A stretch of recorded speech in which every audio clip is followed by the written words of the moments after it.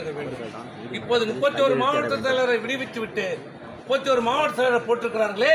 நாளை தேர்தல் ஆணையத்தில் இந்த வழக்கு வந்தால், நீதிமன்றத்தில் இந்த வழக்கு வந்தால் நாங்கள் தான் கையெழுத்திட வேண்டும். புதிதாக நியமிக்கப்பட்டிருக்கிற யார் கையெழுத்திட்டாலும் செல்லாது செல்லாது செல்லாது.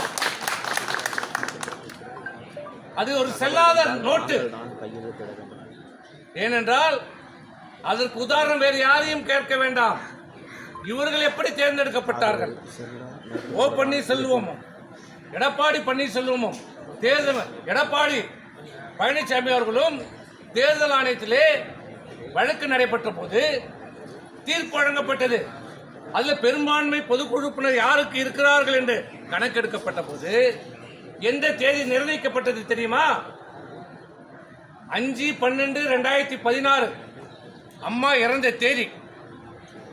ஆனால் பிப்ரவரி 17ஆம் தேதி தான், 17ஆம் ஆண்டு தான் கட்சியிலே அதிகாரப்பூர்வமாக சண்டை வருகிறது.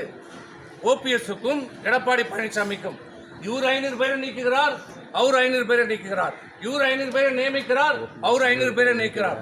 ஆனால் தேர்தல் ஆணையம் அதை கணக்கில் எடுத்துக் கொள்ளப்படவில்லை. முந்தைய பொதுச் செயலாளர் உங்களுக்குள் ஏன் பிளவு ஏற்பட்டது? என்ன காரணம்? அதற்கு காரணம் மாண்புமிகு அம்மா இறப்பு.